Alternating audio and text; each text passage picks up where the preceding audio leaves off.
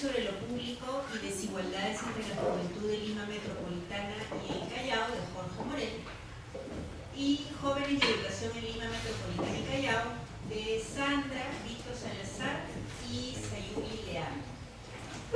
Luego tendremos comentarios de 2 personas. Vamos a empezar ahora con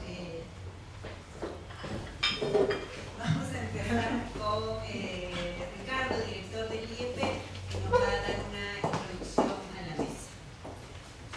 Muchas gracias, Mariana, muchas gracias a todos por acompañarnos en esta mesa. Ya al final de año siempre es un esfuerzo doble venir a las mesas, y en particular agradecer mucho a Fabiana y a Indira porque aceptaron muy rápido la invitación para que puedan dar algunos comentarios al trabajo que vamos a presentar ahora. Pensamos en ellas dos no solo por sus respectivos cargos, en el caso actual del Senajo de Fabiana y claro en el Congreso de Indira y ahora en la Comisión Permanente, sino que además son 2 personas que han estado como muy involucradas permanentemente en las políticas de juventud, y es por eso que nos parecía más que ideal poder invitarlas. Así que muchas gracias, Fabiana y Indira, por acompañarnos. Yo quiero empezar con esa introducción contándoles un poco de qué se trata el proyecto. El proyecto sobre trayectorias juveniles y desigualdades en Lima Metropolitana fue auspiciado por la Fundación Ford y tuvo varias cosas que se trabajaron al interior del proyecto. La idea principal, el objetivo principal era tratar de identificar cuáles eran algunos indicadores de desigualdad en los jóvenes en el Perú, y nuestra propuesta fue trabajar dentro de ese proyecto una encuesta para Lima Metropolitana, que ahora les explico las razones de por qué elegimos Lima Metropolitana y el Callao como zona para poder desarrollar esa encuesta. Entonces esto es una parte del proyecto más grande, y lo que vamos a presentar es como un resumen de los principales áreas de trabajo que tuvimos en la encuesta. Al final van a ver que los documentos estaban publicados y por lo tanto la información complementaria que ustedes requieran van a poder mirarla en esos documentos. Solamente vamos a tratar, porque somos muchos y entonces de ser como muy breves en lo que vamos a contar.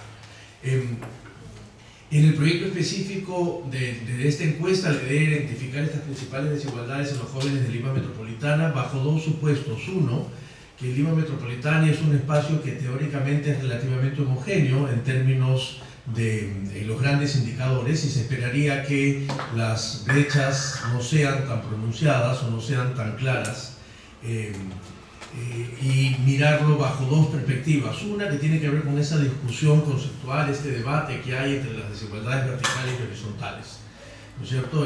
Cuando aparecieron la idea de desigualdades horizontales, es decir, desigualdades entre grupos relativamente homogéneos, empezó a discutir si esto había invisibilizado o no la vieja idea de clase a la hora de mirar las desigualdades de forma más bien vertical. Y por lo tanto, Lima nos parecía un buen espacio para poder dar una discusión con datos a este debate respecto de qué tan horizontal y qué tan vertical es el asunto. Adelanto ya algunas de las discusiones que teníamos, y era que efectivamente en esta horizontalidad de desigualdades también hay verticalidad, y entonces el asunto se vuelve más complejo en territorios tan particulares como el caso de Lima. Y lo otro fue esta entrada de desigualdades territoriales, en el que los accesos a bienes y servicios tienen que ver mucho con las dinámicas sociales en esos territorios, ¿no? Entendiendo el territorio como esta interacción del espacio y las personas, y no solo como el espacio físico. Y allí es donde más bien encontramos y nos reafirmamos en esas ideas de que territorialmente, cuando uno mira los espacios y los territorios, efectivamente los niveles de desigualdad pueden ser mucho más evidentes. Cuando uno mira los agregados de lo que sucede en Lima con algunos de esos indicadores respecto del país, pareciera ser que en Lima la cosa funciona bastante mejor, y a la larga lo que encontramos, por lo menos con la encuesta, es que hay algunas brechas que son tan o más grandes que entre Lima y algunas otras zonas del país al interior de Lima, y entonces eso es un llamado de atención para discutir con enfoque territorial estas desigualdades. Lo otro que nos acompañó permanentemente en el proyecto y particularmente en la encuesta es que algo que ya hemos venido discutiendo en el instituto hace bastante tiempo, y es que las desigualdades no solo son un problema de redistribución, es decir, no es solo un problema económico. Además de un problema económico, es un problema de ejercicio de ciudadanía y de participación y de cuestiones de identificación y de reconocimiento, y por lo tanto estamos ante unas situaciones mucho más complejas de desigualdades que terminan, por eso las llamamos desigualdades sociales, terminan haciendo, demostrando, siendo una expresión de qué tan complejo es este tema, sobre todo en grupos, insisto, que cuanto más pequeños son, más homogéneos se esperaría que sean, ¿no es cierto? Los jóvenes entre los 15 y 29 años pareciera ser un grupo relativamente homogéneo, aun cuando hay diferencias, pero esas diferencias se traducen en claras desigualdades, y entonces uno puede mirar que hay personas con mayores posibilidades de, por ejemplo, incorporación a los mercados laborales, sin embargo, tienen una serie de barreras que están asociadas a asuntos que no tienen que ver necesariamente con la educación o la profesión. El tercero elemento tiene que ver con esta idea de que Lima Metropolitana es este espacio relativamente homogéneo pero altamente complejo, ¿no es cierto? En el que ya se ha empezado como una nueva oleada para estudiar lo que pasa en Lima. De alguna u otra manera, este ensayo de Danilo Martuchelli volvió a colocar un debate respecto a lo que pasaba en Lima y cómo entendía él que las transformaciones sociales y culturales eran lo que habían marcado este último tiempo, esta complejidad, y no solo las cuestiones de incorporación de elementos culturales distintos a Lima, que era lo que se discutía en la década de los 80. Y lo último es esta idea de juventud como categoría social, que termina siendo también una discusión, una vieja discusión, no solo en el país, sino en general en las ciencias sociales, respecto de qué estamos entendiendo por juventud desde las ciencias sociales, y no solo una cuestión biologista de una etapa de desarrollo en la vida. Y creo que parte de esta encuesta lo que quiere aportar es esta redefinición de las cosas en términos de qué tanto tenemos claro que se trata de una categoría social, y que esta categoría social sin duda ha terminado construyendo un conjunto de demandas específicas y tiene características específicas. Es decir, ya no solo se trata del final de la infancia y el previo a la adultez, sino que tiene un conjunto de características que la hacen particular como grupo y un conjunto de demandas específicas, que creadas o no existen y que son de todas maneras atendibles. El caso emblemático de esta idea, solo para terminar con un ejemplo, tiene que ver con la famosa ley Pulpín, ¿no es cierto? La discusión no fue una discusión sobre ley laboral, fue una discusión sobre ley laboral para un grupo de jóvenes y para un grupo en particular, y eso hacía que tome matices mucho más interesantes. En base a este marco apretado e injusto, en el primer documento que coordinó Luciana Reategui, hay un muy buen balance de estudios sobre juventud en las ciencias sociales en el último tiempo, inclusive aquellos en contra de los estudios de las juventudes, como en el caso del doctor Campone. La encuesta la hicimos en el 2017 con GFK. Fue una encuesta hecha a hombres y mujeres de los 5 niveles socioeconómicos de 15 a 29 años en Lima Metropolitana y el Callao. Al final se realizaron 1.543 encuestas, es una muestra interesante para el caso de Lima. Alguna información general, tuvimos como los 3 grandes cortes más importantes para poder identificar los temas de desigualdades. El primero tiene que ver con la estratificación territorial de Lima, y allí está la división en estos 6 territorios, digamos, zonas, por decirlo de alguna manera. El Callao, Lima Cercado, Lima Norte, Lima Este, Lima Sur y Lima Centro, organizados allí en relación a la cantidad y a la población que tiene. Solo para dar una información general, Lima Centro es la Lima con los indicadores de crecimiento económico mayor y de bienestar mayores, y Lima Sur es la que tiene los mayores problemas, digamos, a nivel de desarrollo relativo. Esto era importante para nosotros porque, como vamos a ver, varias de la información que presentamos estuvo cortada por esto, y es donde se nota efectivamente que provenir de una zona en particular va a destinarte algunas condiciones futuras. Luego tuvimos un segundo corte que tiene que ver por el origen de los jóvenes en Lima. Están los no migrantes que nacieron en Lima, los descendientes de migrantes, alguno de sus padres venía de alguna de las regiones, y el que efectivamente era migrante y viviendo en Lima. Y allí lo que resultaba interesante, además de ver en los cortes, es que la idea de Lima, de los limeños, que era la discusión que se tenía desde los 80, sigue siendo una construcción en el imaginario, porque si vemos la idea de migración en Lima, entre descendientes de inmigrantes de primera generación y migrantes tenemos alrededor del 60%, es decir, 6 de cada 10 jóvenes en Lima tienen o sus padres migrantes que han venido a Lima o son propiamente migrantes. Y el tercer corte fue por niveles socioeconómicos, y ahí lo que encontramos es que digamos, lo que ya se sabía con Lima, que alrededor del 40% está en esta clase media tradicional de nivel socioeconómico C, pero que entre el D y el E va marcándose un grupo más o menos importante de gente, es decir, también hay una situación de pensar que Lima más bien tiene una clase media o media alta mucho más extendida de lo que efectivamente la tiene. En este contexto es que trabajamos varios temas. En esta oportunidad vamos a presentar los que tienen que ver con la situación del empleo, con la participación política y la asociación de los jóvenes, y con el tema educativo, ¿no es cierto? Y ahora vamos a entrar al tema de empleo.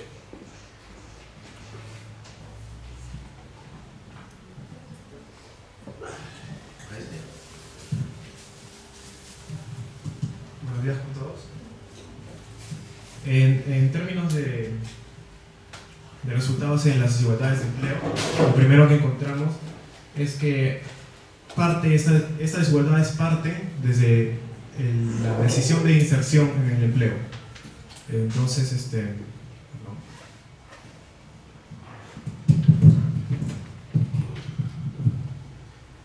estas desigualdades parten a partir de la decisión de inserción en el empleo, lo que lleva a que tenemos dos grupos de jóvenes: aquellos que no estudian ni trabajan y aquellos que solo se dedican a estudiar. En este caso, tenemos que las mayores desigualdades en el grupo que solo se dedica a estudiar, que son en su mayoría jóvenes de 15 y 16 años por el colegio, son 43% son hombres no migrantes y 21%, casi la mitad, son mujeres descendientes de migrantes. Mientras que en el otro grupo, el grupo de ninis, tienes que en su mayor proporción son mujeres. Para este grupo ha sido bastante estudiado en numerosos artículos, numerosos informes de organizaciones internacionales, debido a que es una población en situación de vulnerabilidad y a que estos jóvenes no se encuentran acumulando capital humano, ni tampoco experiencia laboral, por lo que enfrentan una serie de desafíos a lo largo de su trayectoria de vida. Sin embargo, hay que tener cuidado al observar estos datos, porque este número mayor no implica necesariamente que estén realizando nada. O sea, por ejemplo, en el caso de las mujeres, que son 38% de las mujeres que son ninis, tienes que en ese grupo el 31% está en búsqueda de un empleo y el 53% se encuentra en labores de cuidado del hogar. Cosa que es algo diferente en los hombres, que 41% se encuentra en búsqueda de empleo y solo el 1% de labores de cuidado del hogar. La franja media, que es esta de acá, son los jóvenes que están insertados en el mercado laboral, y esta franja azul es aquellos que solo estudian y además trabajan, que es una proporción chica en su mayoría, y en su mayoría son jóvenes que se dedican a estudiar, especialmente los hombres descendientes de migrantes. Continuando esta relación entre educación y empleo, tenemos que la relación de tener una carrera universitaria y ejercer una carrera universitaria se encuentra muy en sintonía con el nivel socioeconómico. No estudiar una carrera universitaria es mucho mayor en los niveles socioeconómicos bajos, mientras que ejercer su carrera universitaria es mucho mayor en los niveles socioeconómicos altos. Sobre esto hay un estudio de Luciana, que es parte de este equipo, con Mauricio y Álvaro acá del IEP, en el que ellos estudian las trayectorias educativas de jóvenes de clase alta y jóvenes rurales. Ellos encuentran que mientras que los jóvenes de clase alta tienen una trayectoria casi automática en el que pasan del colegio a la universidad y luego a su primer empleo, para los jóvenes rurales esta trayectoria es mucho más complicada, repleta de barreras además, como la presencia de trabajo familiar, la decisión de emigrar hacia otro lugar, la falta de preparación educativa por la calidad de los colegios secundarios. En este caso vemos lo mismo por el bajo acceso de educación superior universitaria, en el caso de los jóvenes de menores recursos, pero además aquellos que sí ingresan, que sí logran tener una carrera universitaria, no logran ejercerla. Solo el 3% lo ejerce en comparación contra el 26% de la clase A. Cuando observamos estos datos a nivel de sector laboral, de sector productivo, vemos que el mismo nivel socioeconómico no implica tantos cambios. La estructura es muy parecida a nivel de gran porcentaje a nivel de servicios, un buen porcentaje en comercio y otro pequeño porcentaje en industria. Recién en el nivel E se observan un cambio pronunciado por la casi desaparición de la industria y la aparición de otros sectores. Pero lo que cambia acá radicalmente es el porcentaje de jóvenes que tienen planilla y que tienen seguro de salud. Mientras que en el nivel A este porcentaje ronda casi el 90%, en el nivel E no llega ni al 20%. Lo que resulta de esto es que cuando nosotros observamos solo sector económico, no notamos que hay diferencias dentro de cada sector económico. El sector económico no determina tanto tu precarización laboral o informalidad laboral, sino es el tipo de empleo en el que tienes, el tipo de servicio, el tipo de industria, el tipo de comercio que estás trabajando. Y relacionado con eso viene qué ocupaciones laborales se encuentran a nivel territorial. Tenemos que en Lima Centro, alrededor del 63% de jóvenes son trabajadores altamente calificados o medianamente calificados, cosa que es radicalmente distinto respecto al resto de las zonas que son mucho más estables. Y esto se refleja en el ingreso laboral, en el que mientras que en Lima Centro es 1.900 soles, en el resto de la ciudad es alrededor de 1.100, 1.200. En términos territoriales esto implica una concentración de los empleos que otorgan mayores ingresos en Lima Centro y una dispersión de estos empleos, de este tipo de empleos en el resto de las ciudades. En términos de desigualdades, esta variable territorial implica que afecta, además de las desigualdades que nosotros conocemos, afecta a ese tipo de desigualdades laborales y implica una barrera extra que hay que superar para ciertos jóvenes o una ventaja extra que se puede aprovechar para otro grupo de jóvenes.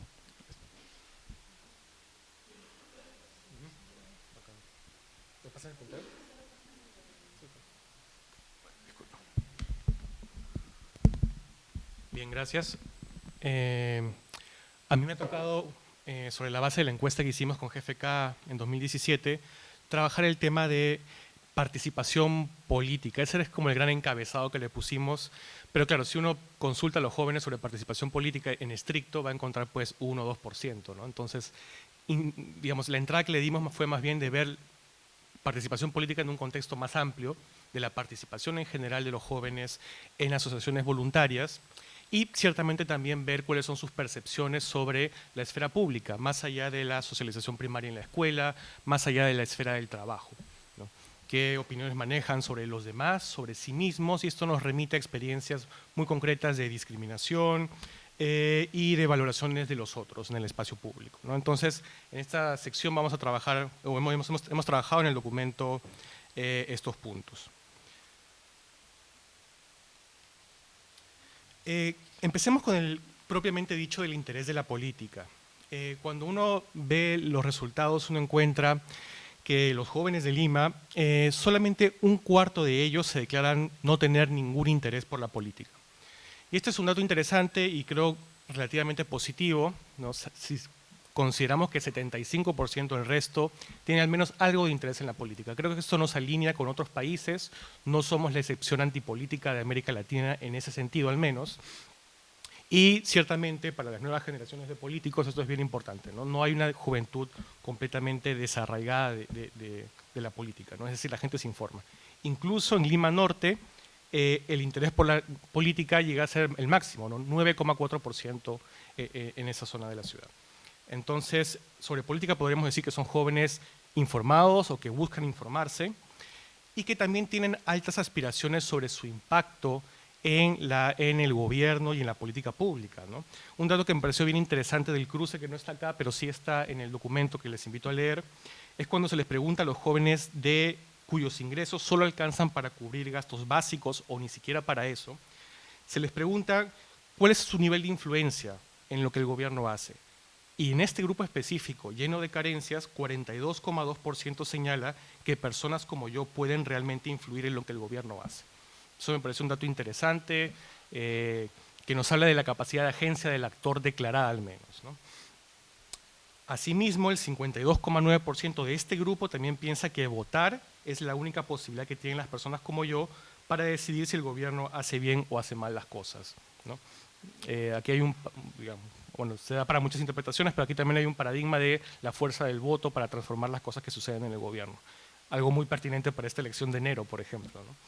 Entonces, ¿qué tenemos en temas de interés sobre la política, en visiones sobre la política? Bueno, que los jóvenes, mayoritariamente, no digo que a todos les interese muchísimo, pero hay algo de interés en una gran mayoría de ellos, ¿no? Al menos un 75%.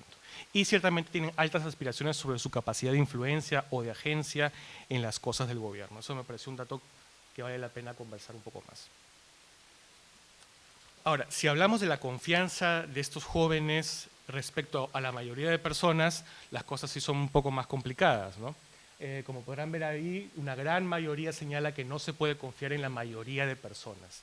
Esto es transversal a los 5 niveles socioeconómicos y también a las 5 limas, ¿no? Que no está acá, pero es así. Son abrumadoramente desconfiados, solamente un dato, 2,7 de mujeres nacidas fuera de Lima consideran que se puede confiar en la mayoría de personas, ¿no? El porcentaje más bajo. Es decir, mujer nacida fuera de Lima tiene un nivel de confianza mucho más bajo incluso por las experiencias de discriminación y violencia, probablemente, comparado al 12,2% de hombres limeños que sí consideran que se puede confiar en la mayoría de personas, ¿no? Entonces también hay un clivaje ahí de género y territorial bien fuerte. Ahora, hablando sobre discriminación, 27% de los jóvenes señalan haber sido víctimas de discriminación, un porcentaje bastante considerable, y se señala la apariencia física como uno de los principales motivos de esta discriminación, ¿no? Con toda la carga racial y que hay detrás de eso, ¿no? Ahora, eso en temas de confianza. Ahora, por supuesto, la confianza y la experiencia en el espacio público tiene que ver, como mencionaba al comienzo, con el asociacionismo voluntario de los jóvenes, ¿no? Donde los jóvenes se integran en plataformas distintas a las que encuentran pues, en la escuela o en el trabajo, ¿no? Esto es bien importante, ¿no? Porque digamos, es un discurso muy parecido al que había sobre el Internet, cuando recién apareció el Internet allá por el 2000, ¿no? Que claro, se hablaba mucho la aparición del Internet y las posibilidades que tienen sobre los jóvenes, y alguien decía, pero bueno, pero los jóvenes se meten al Internet pues para chatear, para hacer cosas que no son útiles a la sociedad, ¿no? Pero la respuesta era no, cualquier tipo de interacción en Internet apoya el desarrollo de sus habilidades, ¿no?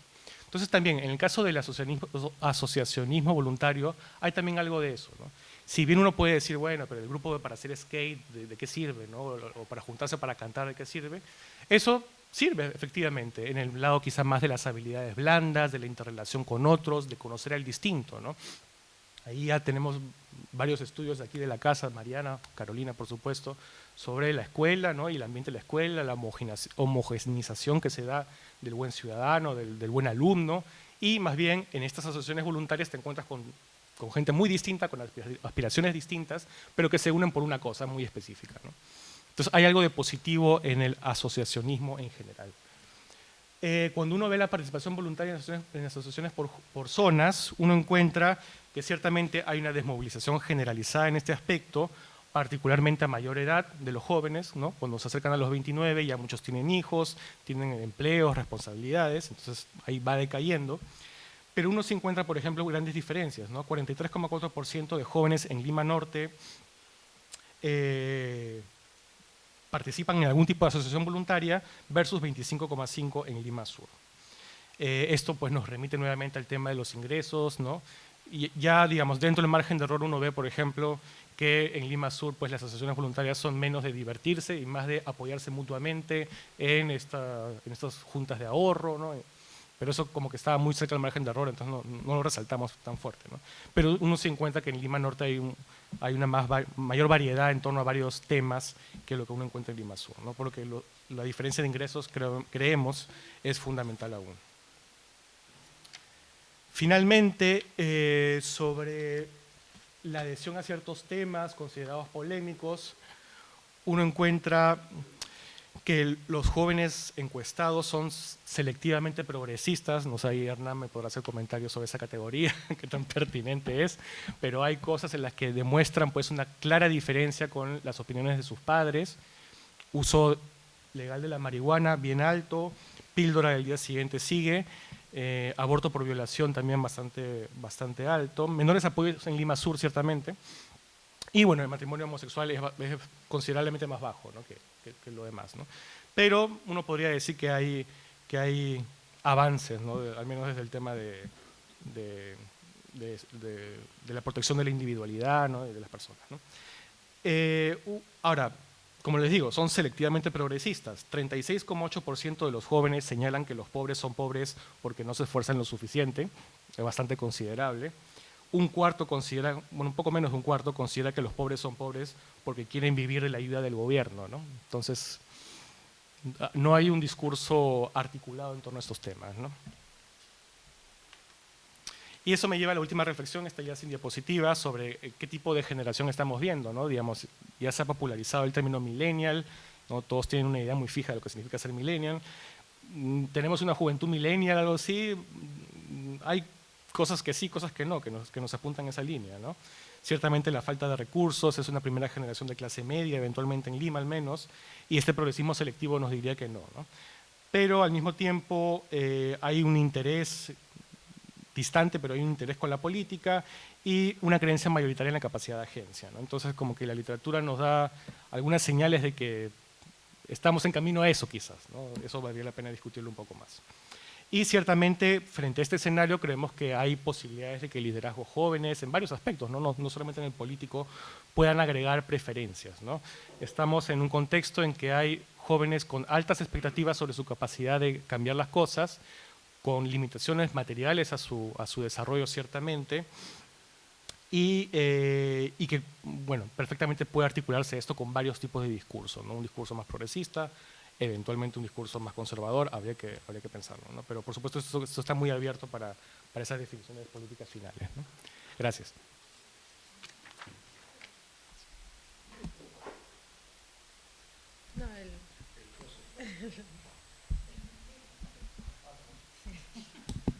Bueno, a mí me toca el tema de educación, que es el cuaderno de trabajo que desarrollé junto con otras dos personas que no han podido venir hoy día, Víctor y Sayuri. A ver, en general en el cuaderno presentamos como la descripción a nivel de distribución de los niveles educativos de los jóvenes. Esto en realidad el Ministerio de Educación tiene los datos a disposición. Sabemos que en Lima hay una cobertura en educación básica casi el 100%, sobre todo en primaria. En la zona de Lima Centro es donde se concentra la mayor cantidad de jóvenes que tienen acceso a educación superior. Estos son los datos que más saltan. Y digamos que la educación técnica va más en Lima Norte. Y si vemos grados de deserción, que vamos a ver un poco los jóvenes que abandonaron los estudios, va más por Lima Sur o Lima Este, muy asociado a los niveles socioeconómicos cuando hemos visto el mapa anterior, el primer mapa que presentó Ricardo.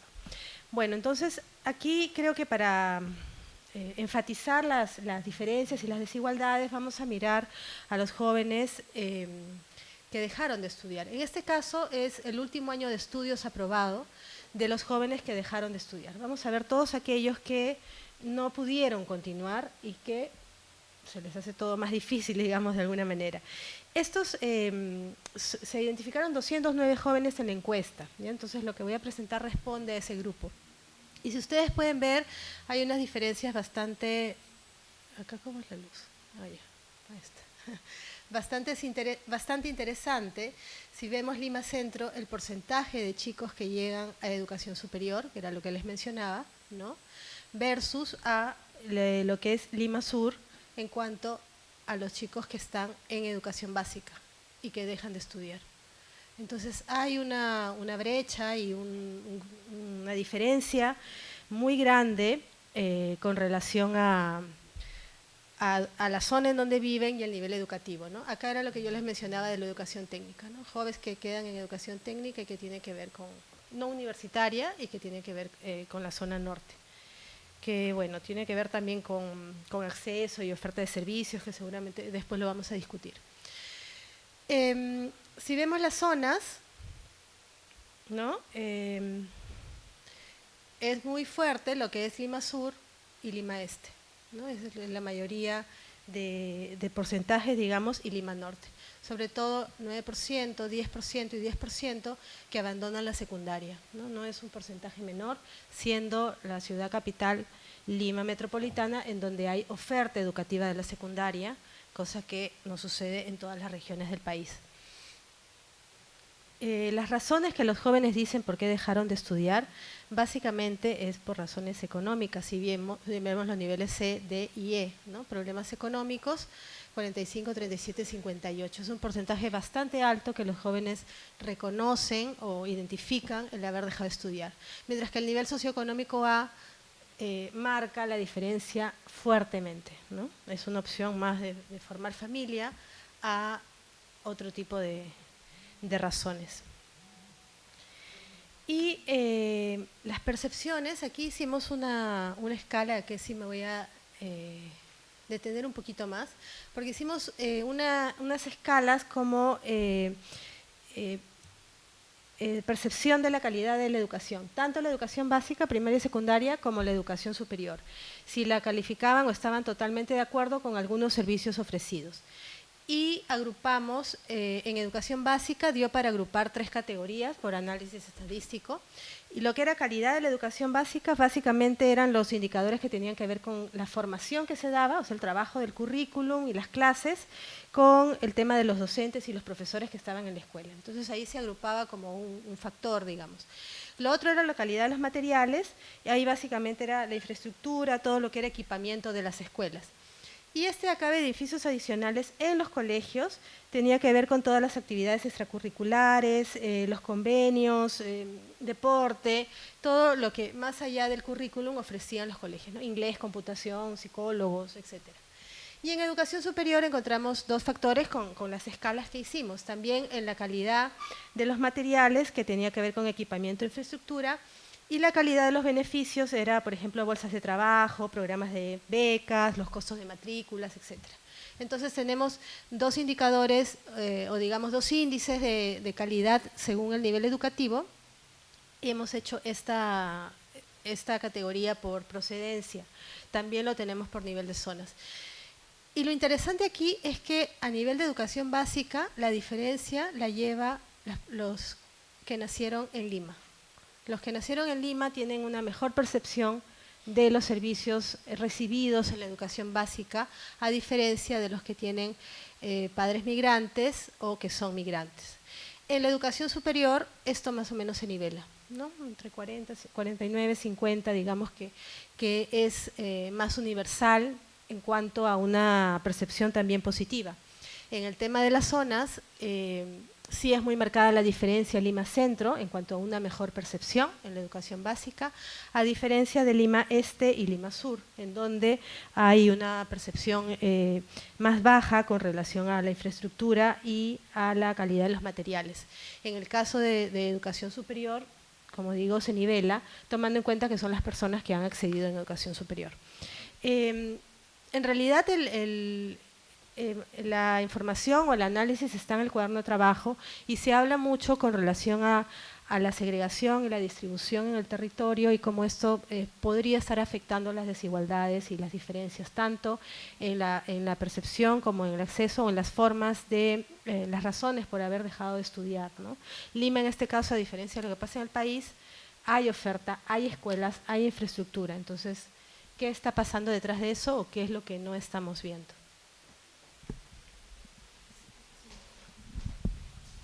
Y solo para cerrar y escuchar los comentarios de Fabián y de Indira, dos cosas que nos llamaron la atención ahora después de haber hecho la encuesta, y es lo importante que es mirar efectivamente algún tipo de información para tomar algunas decisiones de política pública. Esto es lo que pasaba en Lima respecto al acceso a la salud en los jóvenes.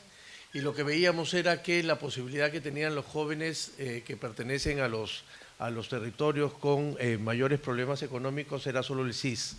Y efectivamente sin eso no había ninguna posibilidad de atención.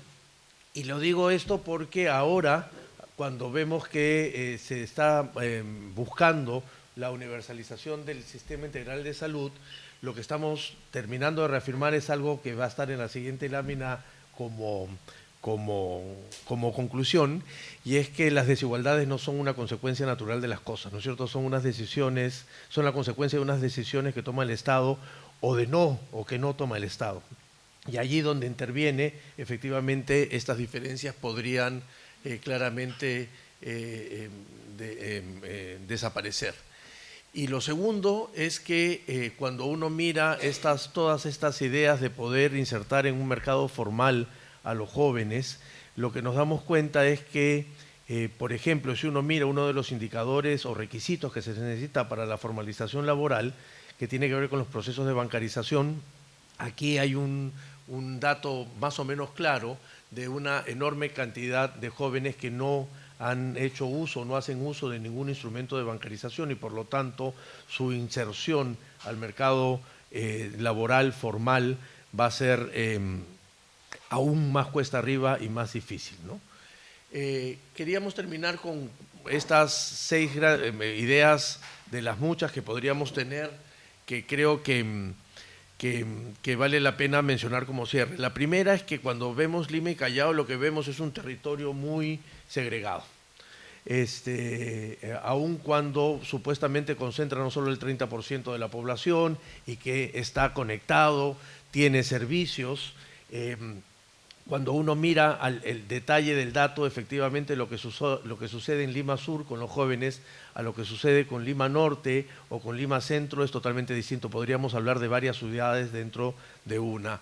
Y entonces este nivel de segregación se vuelve muy complicado porque, como ya se sabe, a mayor nivel de segregación, mayor probabilidad de desigualdades y, por supuesto, de problemas de ejercicio ciudadano, de integración y de cohesión social.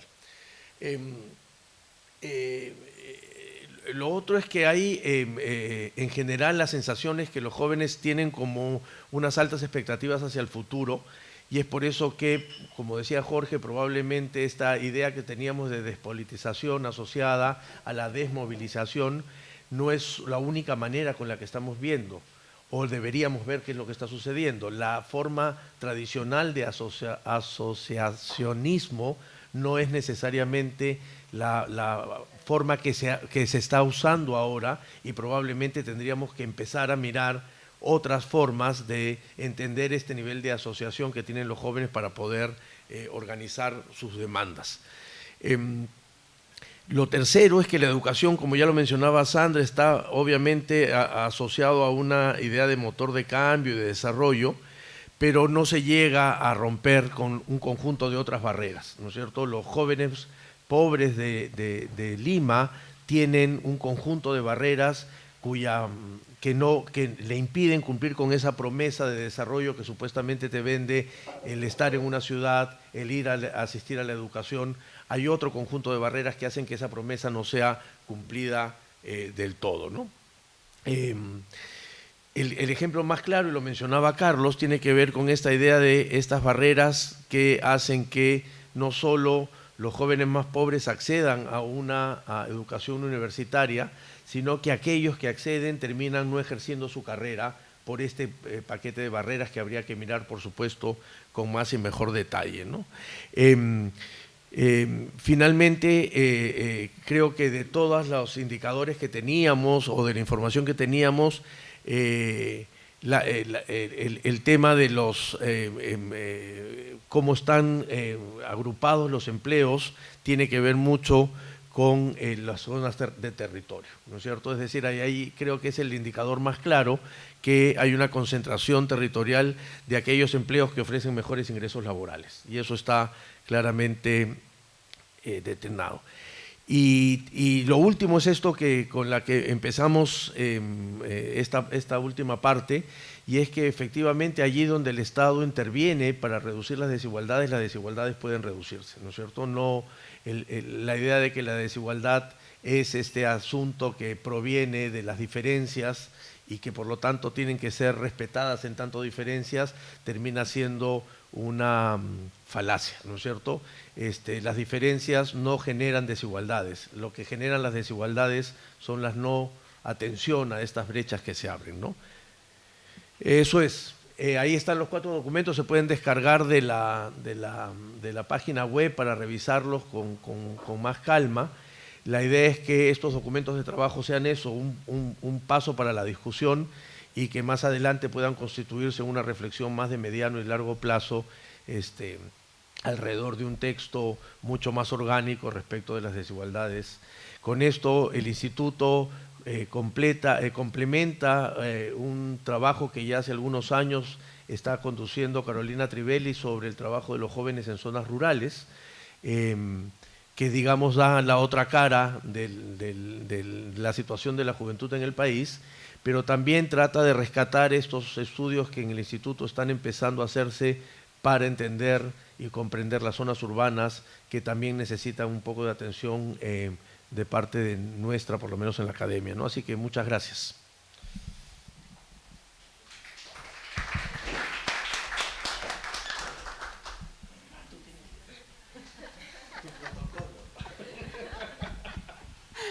Bueno, vamos a pasar ahora a los comentarios. En primer lugar tenemos a Fabiana Raunelli, de la Secretaría Nacional de la Juventud. Hola a todos. Hola a todos. Muchísimas gracias por la invitación. Felicitar también y saludar la iniciativa y los proyectos de investigación que se están desarrollando desde el Instituto de Estudios Peruanos. Efectivamente, esta ha sido la semana de la articulación con el IEP. Ahora en la mesa con ustedes en el marco de estas encuestas, pero también el lunes estuvimos con Carolina en el marco del grupo de investigación de la situación rural juvenil. Y nada, creemos realmente que este tipo de investigaciones y de acciones que se impulsan desde la academia son sumamente importantes, sobre todo porque desde el Estado nosotros siempre hemos hecho mediciones nacionales, ¿no? A través de las encuestas nacionales y toda esta información que genera el INEI. Y este tipo de estudios nos permite ponerle cara a esas cifras, ¿no? Nosotros también desde la Secretaría Nacional de la Juventud, desde el año 2015, se impulsa un proyecto de investigación que es el Informe Nacional de Juventudes, que se ha hecho en el año 2015, en el año 2017 acompañado del Fondo Nacional de Población de las Naciones, el Fondo de Población de las Naciones Unidas, el UNFPA, y este año, justo este sábado, están todos invitados, lo presentamos el informe 2019 basado en las cifras de NAO y ENDES 2018, ¿no? Este informe abarca en gran medida, abarca en verdad las mismas los mismos indicadores que ustedes han estado viendo, que están vinculados a temas sociodemográficos, educación, empleo, salud, violencia y participación. Y las cifras que nosotros hemos podido tener y la información que hemos podido sistematizar de eso, bueno, se parecen muchísimo, ¿no? Y creo que estos 4 estudios, estos 4 documentos de trabajo nos permiten eso, ponerle cara a esas cifras que podemos ver a nivel nacional. Efectivamente, Lima es un muy buen ejemplo para ver el tema de las desigualdades en nuestro país aún, ¿no? El tema de ser un espacio que es altamente habitado por migrantes y que ha configurado la distribución del espacio y que en gran medida, como mencionaba Ricardo al final, esa reconfiguración de la distribución del espacio y digamos del asentamiento de los distintos grupos migrantes y de cómo también los propios limeños se han ido generando las interacciones entre todos, ha hecho esta concentración de oportunidades, ¿no? Y es una concentración de oportunidades que definitivamente no solo está marcado por el nivel socioeconómico, sino también por otros factores, ¿no? Que pueden estar vinculados a cuánto acceso tenemos a la representación, cuánto acceso tenemos al el ejercicio de nuestros derechos, ¿no? De nuestros derechos en el sentido más amplio, ¿no? Civiles, económicos, culturales. Nosotros, al igual que ustedes, y de hecho también desde el Ministerio de Educación, porque la Secretaría es parte del Ministerio de Educación, justo se está viendo todo el tema de la educación, ¿no? Y comenzar a ver la educación no solo como el mero proceso educativo que se da en el aula de la educación básica regular, superior u otra alternativa, sino también entender la educación, que para que realmente se pueda lograr el desarrollo a partir de la educación se necesita comenzar a trabajar en todas esas otras condiciones que están en torno o que complementan tu proceso educativo, ¿no? Que va también en una de las conclusiones que nos decía Ricardo, de que efectivamente somos una sociedad que ha puesto todas sus esperanzas en la educación, ¿no? Y que cuando hablamos de desarrollo y de ganas de querer progresar, de cambiar nuestra situación, los padres invierten muchísimo y se esfuerzan muchísimo para que sus hijos puedan tener un nivel educativo superior, llegar al nivel educativo superior, o por lo menos tengan un nivel educativo más alto del que ellos tuvieron, justo para evitar que las nuevas generaciones, sus descendientes, tengan que pasar por las precariedades que ellos pasaron, ¿no? Entonces, efectivamente hemos puesto todas nuestras esperanzas ahí, sin embargo, cuando acaba el proceso educativo no necesariamente logras ese sueño de superación en el que te embarcaste, ¿no? Y muchas veces también tu trayectoria se ve aún más limitada y frustrada, porque aunque sea durante el esfuerzo de la educación, sigues creyendo en una esperanza de algo mejor, pero cuando acaba y tu inserción laboral es en la informalidad, en el subempleo o básicamente en esas dos condiciones, todas esas trayectorias pueden verse mucho más frustradas, ¿no? Otra de las cosas que también veíamos en el Informe Nacional de Juventudes es que el primer empleo marca, ¿no? Si realmente al terminar tu espacio educativo no tienes un primer empleo formal y en unas condiciones básicas de calidad, es muy probable que nunca salgas de esa informalidad o el subempleo, ¿no? Entonces sí es cierto que hay que comenzar a ver en todo el tema de políticas públicas que coordinen entre ellas, que ya el Estado está, digamos, dividido en carteras de Estado temáticas, pero es importante que comencemos a vernos y creo que sí hay una voluntad de que, aunque las carteras de Estado son temáticas, comiencen a articularse entre sí, porque es importante comenzar a ver el tema del desarrollo como una serie de políticas articuladas, pensando en el bienestar integral de la persona, ¿no? Y que además también nos pone un nuevo reto, además de los que ya Ricardo mencionaba, que es justo esto, el reto de las trayectorias juveniles no urbanas, ¿no? Porque hemos avanzado, yo creo que sí hemos avanzado en políticas públicas, pero definitivamente siempre estas políticas públicas han estado pensadas desde la urbe y para la urbe.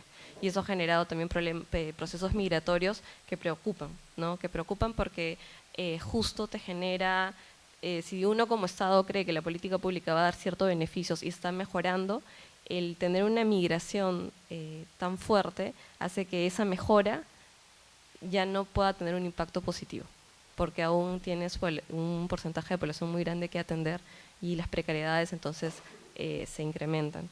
Y bueno, otra de las cosas de lo que ustedes han expuesto me parece sumamente importante de abordar es la desconfianza, ¿no? La desconfianza casi como un elemento que está caracterizando a la persona de Lima, ¿no? Es muy fuerte porque eso también es importante comenzar a pensarnos en qué dinámicas sociales estamos inmersos que comenzamos a sentir esa desconfianza, ¿no? Creo que eso también esa desconfianza ha hecho que de una u otra forma esté justificada, bueno, en todos los procesos políticos que hemos visto, y que también pase porque el joven de ahora tiene una desafección a esa política tradicional y comienza a pensar en otras formas de organización y participación, ¿no? Comenzar a pensar en el tema político como algo más amplio, ¿no? El joven quiere, desde la Secretaría Nacional de Juventud sí creemos que el joven quiere ser un agente activo en el cambio y generar un rol de ciudadanía activa, y es importante que también veamos que cuando hablamos de, digamos, de participación política, pensemos también en el político, que puede ser el activista, ¿no? Y yo creo que eso está recogido en la percepción que los jóvenes manifiestan de ellos sí poder influir en una toma de decisión política, ¿no? Porque hay toda esta digamos, esta situación de participación ciudadana activa que pueda llegar a ser activistas y que puedan llegar a incidir en las decisiones de las políticas públicas, y para eso se deben comenzar a generar muchos más espacios de participación y diálogo, y digamos que ese es el gran reto también de la Secretaría Nacional de la Juventud, ¿no? Y bueno, dentro de eso también es importante, y creo que se condice con el hecho de que el nuevo perfil del joven, las nuevas circunstancias por las que ha pasado, el rechazo hacia ciertas conductas tradicionales que no han estado bien, han hecho también que se comiencen a pensar en nuevas formas de organización, ¿no? De organización y de asociatividad, ¿no? Para generar sus cambios, y probablemente también porque mucho tiempo han sentido que el Estado no ha respondido a sus necesidades, es que han comenzado a organizarse para ellos mismos buscar una solución a sus propias necesidades. Gracias, Fabiana. Ahora vamos a tener los comentarios de Indira Wilca, ex congresista de la República. Muchas gracias. Ex, en realidad. Ahora ya en una etapa de tránsito hacia otra cosa. Sumarme a los saludos y a las felicitaciones por el esfuerzo de todo el equipo que ha hecho, digamos, estos informes.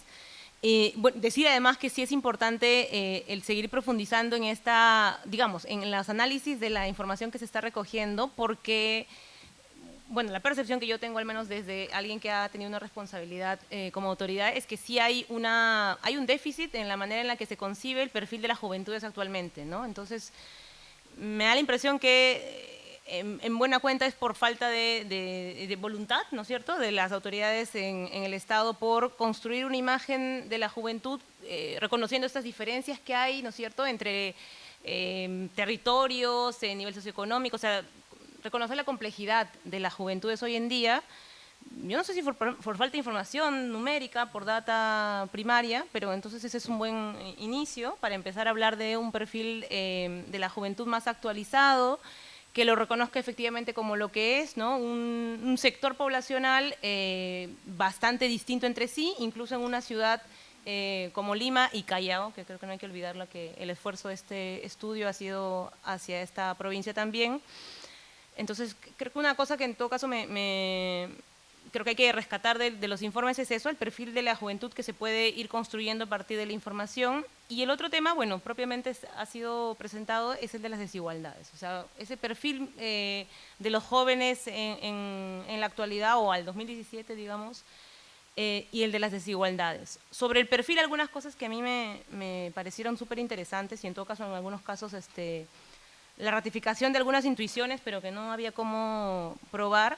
Esta idea sobre la relativa apertura, ¿no?, de los jóvenes a ciertos temas que se consideran más polémicos, yo creo que ese no es un dato menor, eso habla de la necesidad de seguir también generando espacios no solamente de diálogo, sino también mensajes, ¿no?, pertinentes para el debate público con los jóvenes, ¿no?, porque no es algo que se suele considerar. O sea, cuando se habla de discusiones sobre temas controversiales, entre comillas, la verdad es que muy pocas veces se piensa en los jóvenes como un interlocutor. Entonces, yo creo que eso es algo que sí nos obliga a pensarlo.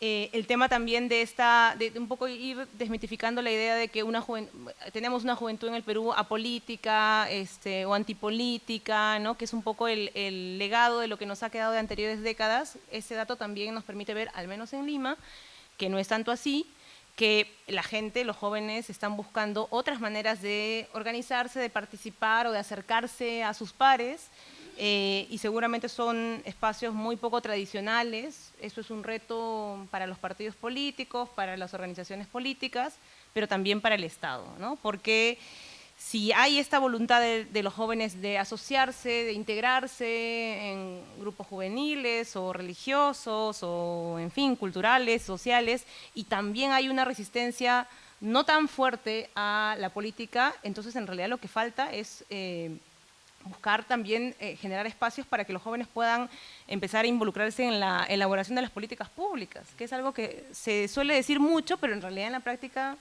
no tenemos canales muy adecuados para canalizar ese posible interés, ¿no? Desde estos ejes, ¿no? Lo cultural, en fin, los espacios menos tradicionalmente políticos, pero que están ahí como canales que los jóvenes pueden tener para aproximarse a las políticas que finalmente se deciden en el Estado. Bueno, lo que ya se ha dicho del tema del empleo y la educación, que creo que va marcando tendencias, o sea, de cómo hay un avance en términos de acceso a formación, ¿no? Pero por otro lado, contradicciones en cómo este acceso a mayor formación técnica o superior encuentra pues también obstáculos al momento de acceder a empleos mejor remunerados. Esta división que ustedes han hecho, digamos, a través de lo territorial, a mí me parece súper pertinente, este hallazgo de la concentración de mejores empleos con ingresos mejores también en la zona centro, no es un dato menor, habría que ver cómo eso también nos lleva a pensar políticas diferenciadas. Sobre lo territorial, además, y vinculando al económico, me llama mucho la atención digamos, la forma en la que se viene configurando Lima Norte, ¿no? Siempre se ha hablado de Lima Norte como un espacio muy dinámico en términos económicos, pero ya no solamente creo que es un dinamismo económico en abstracto, sino eso está impactando directamente en la dinámica de los jóvenes.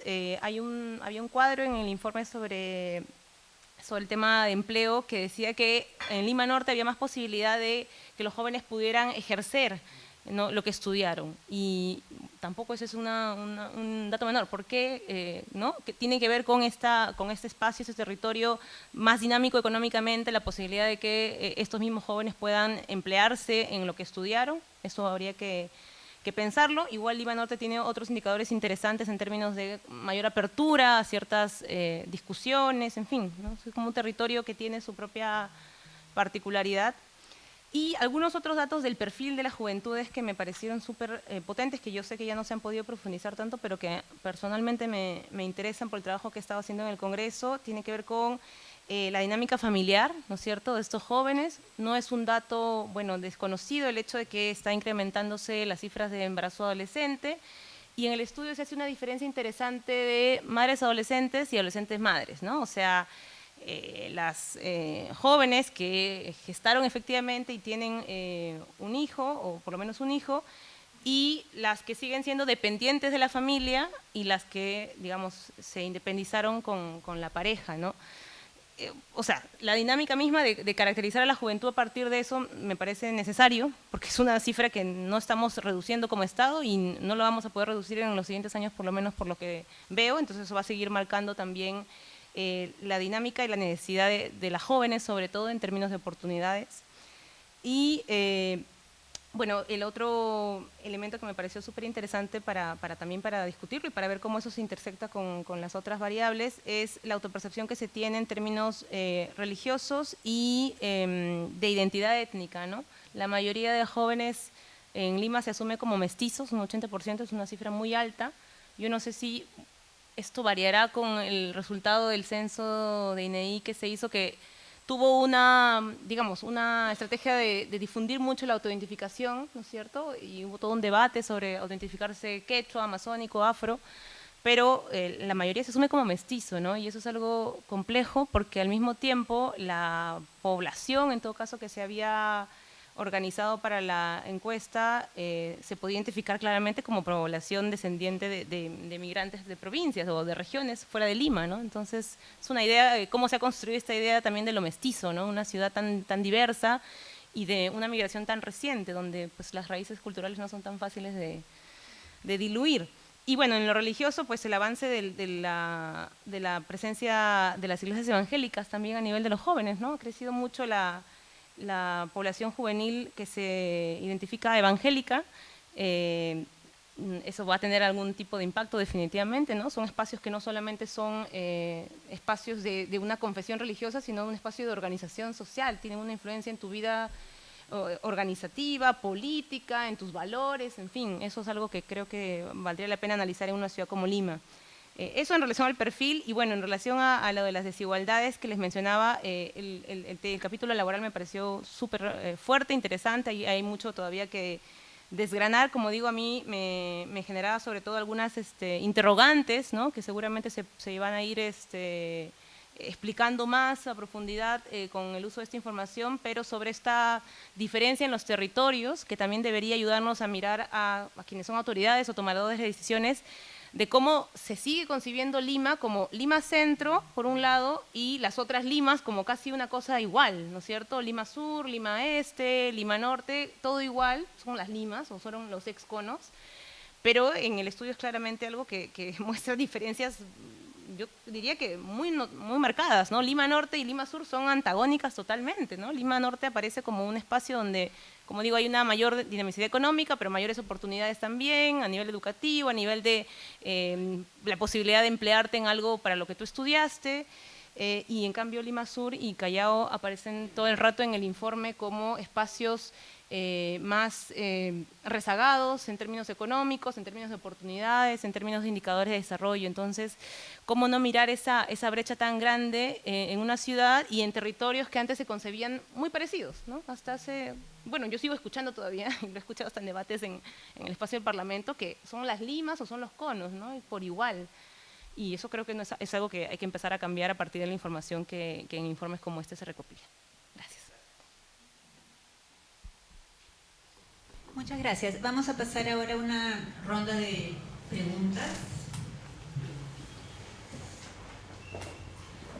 Lula. Bueno, en la introducción se habló de la desigualdad territorial en general y cómo en los diferentes análisis de diferentes variables, Lima resaltaba como la mejor, ¿no? Y habría que ver las desigualdades dentro de Lima. Sin embargo, siendo Lima un polo importante de atracción de migrantes, es de esperar que esta desigualdad territorial se vea reflejada en desigualdad de Lima, ¿verdad? Y eso también lo vemos al comparar migrantes y no migrantes. Y dentro de los migrantes muy probablemente se refleja la desigualdad que existe entre haber nacido fuera de Lima en un sitio más pobre o menos pobre, ¿no? Entonces, digamos, existiendo ya desigualdad territorial y siendo Lima un polo de atracción de migrantes, era de esperar que esta desigualdad territorial se viera reflejada en Lima, ¿no? Ahora, lo que también podría ser interesante es ver qué es lo que pasa o qué desigualdad existe dentro de los hogares o considerando solo a los individuos que nacieron en Lima, ¿no? Porque quienes vienen de fuera de Lima ya traen un conjunto de limitaciones asociadas a baja calidad educativa, baja calidad en los servicios de salud, etc., ¿no? Pero dentro de los que nacieron en Lima, ¿existe desigualdad? Probablemente también, ¿no? Pero digamos, la desigualdad en Lima, dada la desigualdad territorial, era altamente esperable.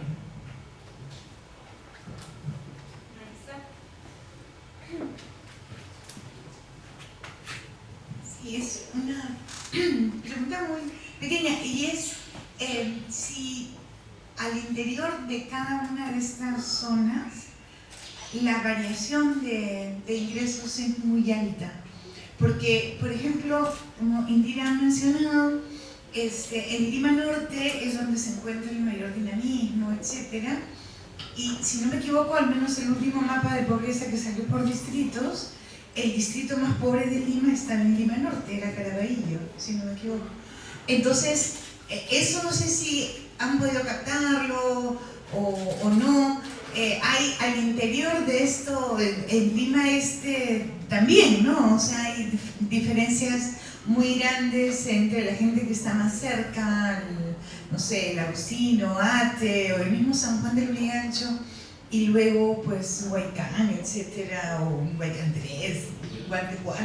Es decir, no sé si esto esto se llega a captar cuando hablan de desigualdades horizontales, o sea, al interior del mismo segmento, las han podido recoger a este nivel o no, ¿no? Y una cosa nomás que es un comentario que me sorprende es el poco dinamismo de Lima Sur, porque digamos que hasta hace 2 décadas probablemente Lima Sur era el espacio de mayor, ¿cómo llamaríamos?, acumulación de capital social, organizativo. Estaban grandes organizaciones, la CUAB.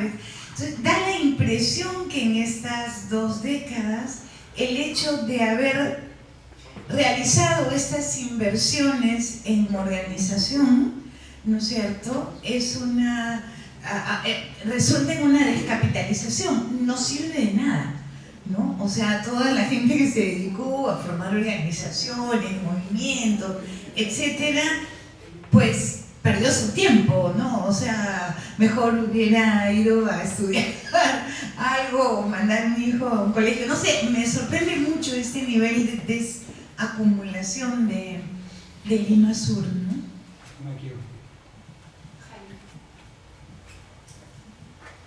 Bueno, felicitaciones porque es como un caleidoscopio con múltiples entradas a un universo, como el universo de los jóvenes, en este caso los jóvenes urbanos. Y me sorprende sobremanera una coincidencia que valdría la pena ahondar. Me refiero a, yo hice un trabajo sobre asociatividad a partir de las unidades agropecuarias, trabajo para el CEPIA. ¿Y cuál es la razón principal para que no existan niveles importantes de asociatividad? La desconfianza y la envidia.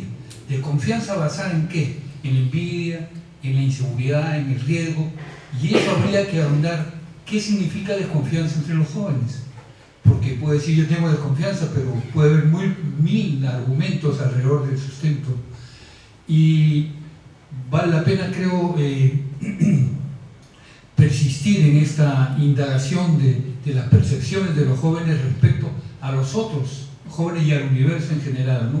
Porque la desconfianza es generalizada, así como desconfiamos de nuestros propios, con perdón de Indira, de nuestros propios congresistas, desconfiamos de nuestros empresarios, desconfiamos de todo el mundo en el país, porque todo el mundo, las otras personas no nos generan, no están legitimadas ante nosotros, por diferentes razones, porque son corruptos, porque no funcionan, porque son ineficientes. El mismo Estado y su burocracia nos genera desconfianza. No sé si confían en la Secretaría de la Juventud, pero seguramente los jóvenes no confían en la Secretaría de la Juventud. Nadie confía en nada. Y este término de confianza o desconfianza creo que vale la pena persistir en análisis para acercarnos mejor a los matices y de ahí desprender algunas sugerencias, ¿no? Algunas posibilidades de elaborar políticas adecuadas. Tania, Natalia y Hernán, yo de ahí paramos. Sí. Gracias. Yo tengo dificultades, como ustedes saben, para leer bien cuadros. Pero mirando los cuadros que están hechos para jóvenes, porque no se ve. No se ve, los de tercera edad no miramos, no se ve. Eso que tratamos la letra. Pero motivada por la intervención de Marisa y pensando más allá de los números, y me parece que es muy importante que nosotros en el instituto produzcamos estos números y los pongamos a discusión.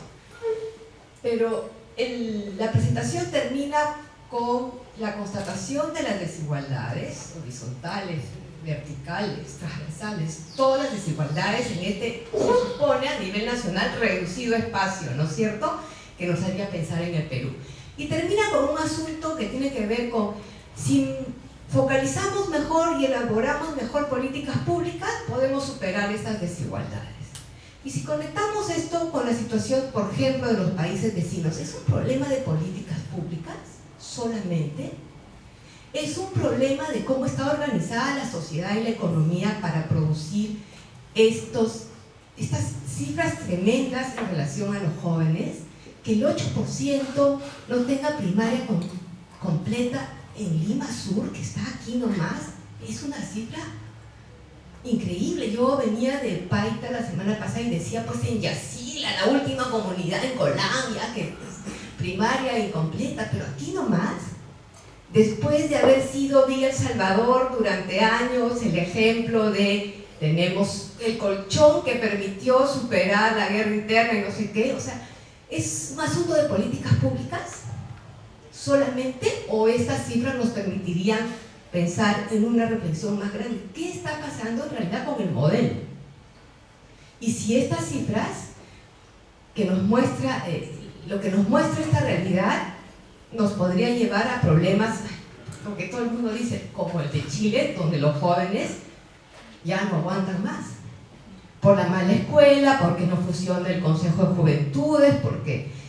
Pensaba también en una encuesta que yo hice, ya no me acuerdo, hace 3 años, ¿no? Con jóvenes de secundaria, donde los números son muy parecidos, yo no me los acuerdo muy bien, pero la gran diferencia era que mis jóvenes de secundaria, estos pensaban que no había ninguna posibilidad de influir en las decisiones de sus políticos o de sus autoridades, o sea, era peor todavía, ustedes muestran alguna esperanza.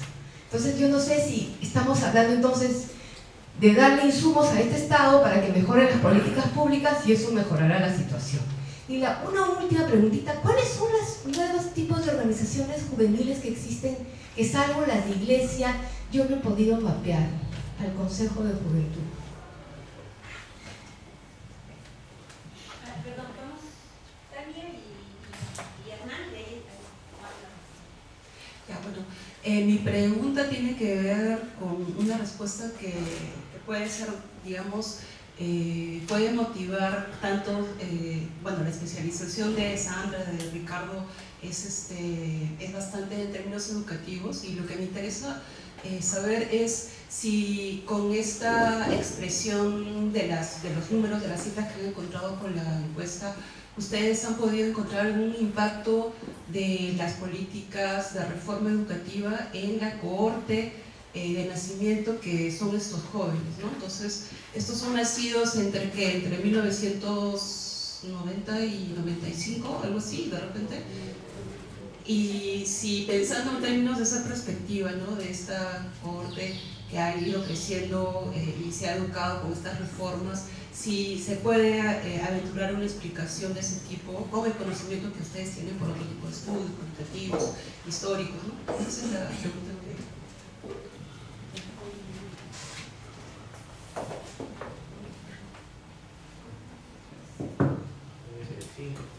A ver, unos comentarios. Uno primero creo que es, digamos, por lo menos a nivel periodístico, ¿no? Siempre se está hablando, para hablar de jóvenes, de generación de millennials, y creo, y entendiendo por esto todo un patrón de valores homogéneo a partir de justamente un corte de nacimiento.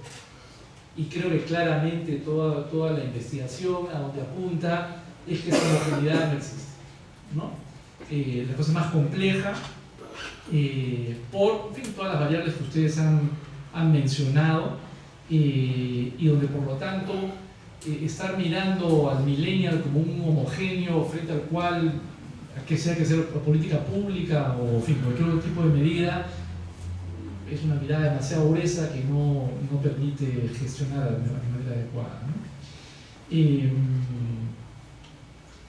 Y un comentario más puntuales, y esto del carácter de lo migratorio, hablando de las diferencias, se mencionaba este sector más bien nuevo, ¿no? Antes hablaba del sector medio como el B, ¿no? O sea, durante muchos años en las encuestas el medio era el B, y yo digo, era lo que el A veía a la mitad entre ellos y los demás, porque la verdad, como pueden ver, el sector C, que digamos, si usamos las letras, es realmente un sector medio que recién se reconoce en los últimos, 5 años, un sector medio, que básicamente es un sector donde esta cifra que ustedes han planteado para el total en términos de migración o hijos migrantes es mucho mayor todavía, ¿no?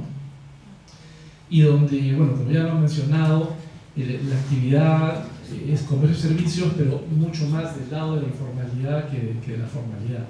O sea, eso va generando, por lo tanto, y a esto iba, algo que creo que en estudios futuros, o esto seguramente va a continuar, creo que se podría entrar un poco más, que es cómo se van configurando entonces productos de estas inserciones territoriales, laborales, que finalmente redundan en experiencias sociales, cómo se va configurando este mundo de subjetividad y se van construyendo valores.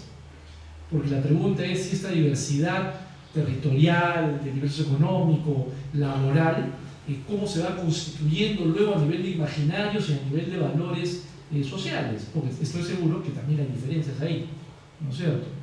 Y es algo que entiendo ahora, algo de eso hay, pero que creo que se podría profundizar más. Para terminar, yo sí soy un poco más pesimista con el tema, o mejor dicho, sí, finalmente más pesimista con respecto al tema del interés político. Yo lo que he visto, por lo menos en las investigaciones, que lo que es un mundo de contradicciones, y creo que no es bueno mirarlo en plan, si hay interés político, no hay interés político, porque yo creo que hay interés político, pero conflictuado. ¿Por qué?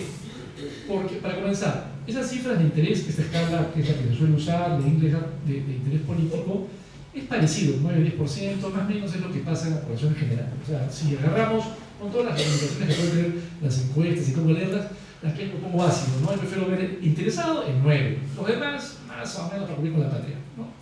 Entonces, ya, ese 9 es el que de verdad se interesa. Tiene consistencia porque cuando preguntas por asociacionismo, el 50 está en otra cosa, desconfiados son todos prácticamente. Entonces, ese 9 como que tiene sentido, y el otro 20 y pico, 30, puede ser una zona mixta. ¿A qué voy con un interés conflictuado? Porque, por un lado, sí puede haber un interés, ese 9 puede sumarle un poco más, pero está la desconfianza generalizada, y sin embargo, esto es interesante, cuando tú preguntas, oye, ¿tú crees que puedes influenciar, ¿no?, esta competencia subjetiva? El 40% te dice que sí. Entonces la pregunta es, ¿qué está pasando que ese interés no se canaliza? La respuesta es la desconfianza. O sea, sí hay un tema institucional, ¿no es cierto?, de no canales, y donde por lo tanto sí hay una relación entre este interés en participar y el no encontrar cómo canalizar esta gente que dice que sí cree que puede influenciar. Las fuentes de violencia también pueden venir por ahí más bien, ¿no es cierto? Hoy estamos terminando con las elecciones, las congresales, las presidenciales, a partir del 22 a ver qué pasa, ¿no? Que creo que es un tema ahí. Y finalmente, desde ese punto, yo creo que, digamos, si una forma de abordar políticas públicas con jóvenes, que yo como lo que entiendo es que hay un interés puntual y circunstancial. Esto es, Pulpín, marcha.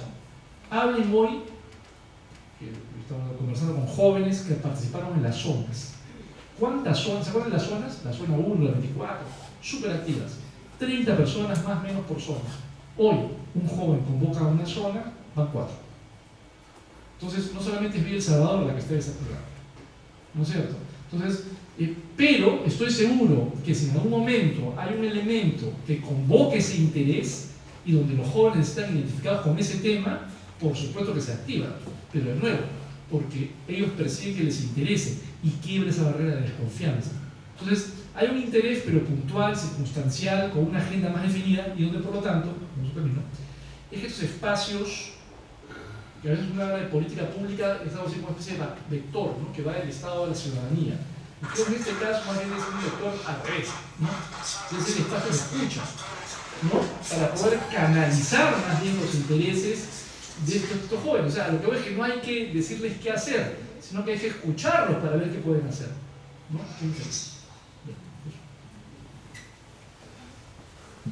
Pasamos ahora a las respuestas.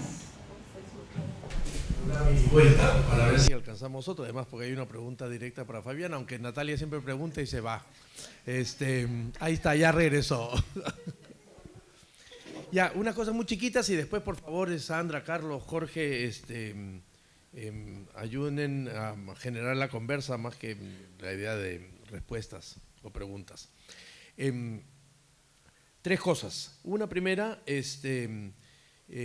la condición de migrante desde nuestro punto de partida, ULA, no es una condición que venga acompañada de desigualdad, ¿ya?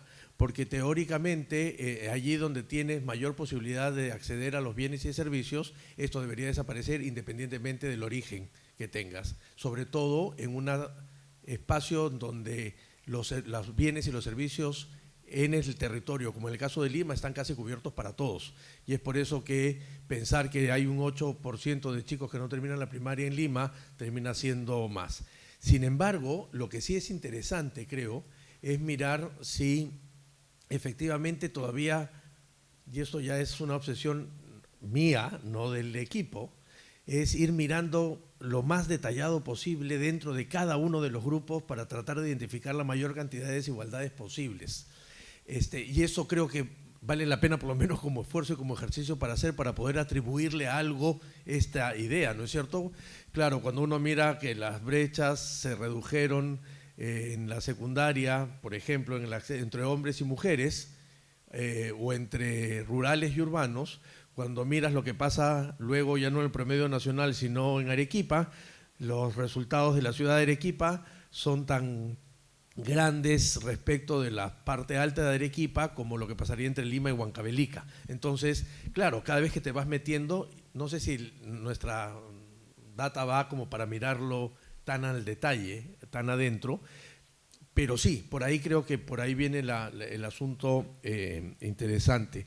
Con lo del tema de organización y la frustración coavina,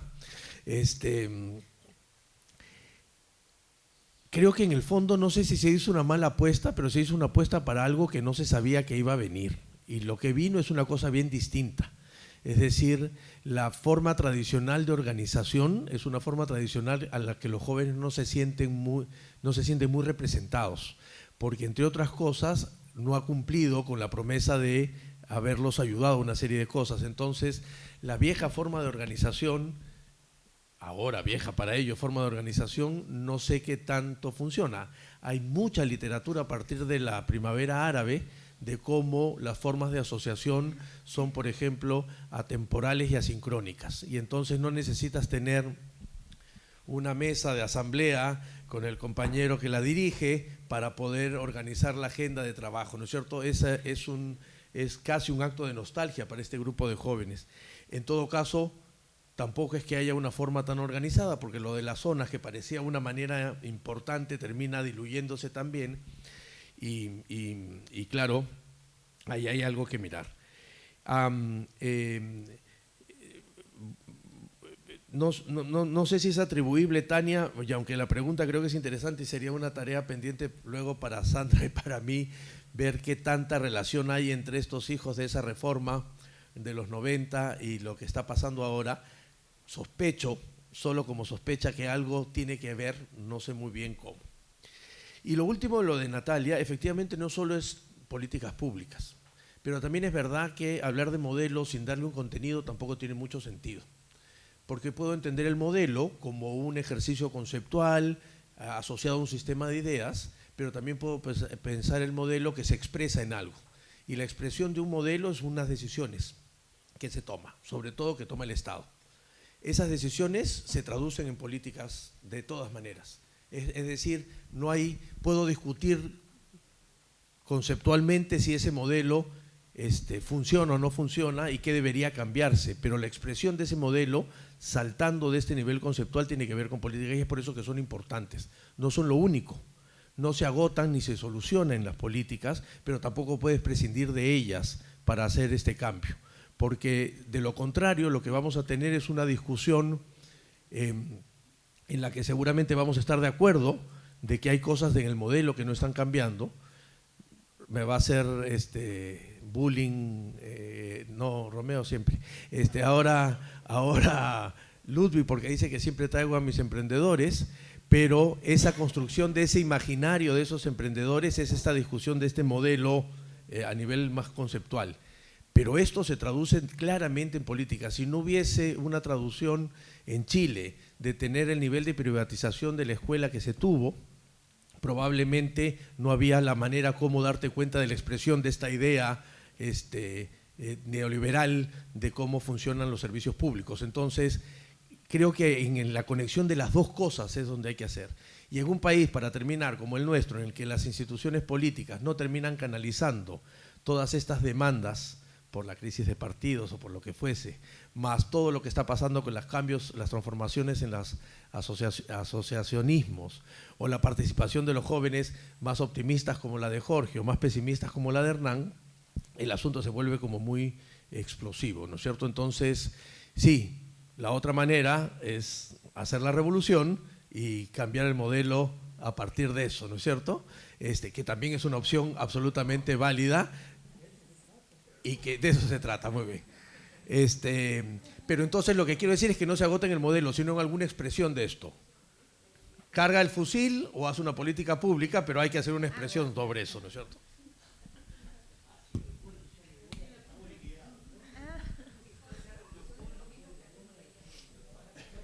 Sí. O sea, les han dicho viejo.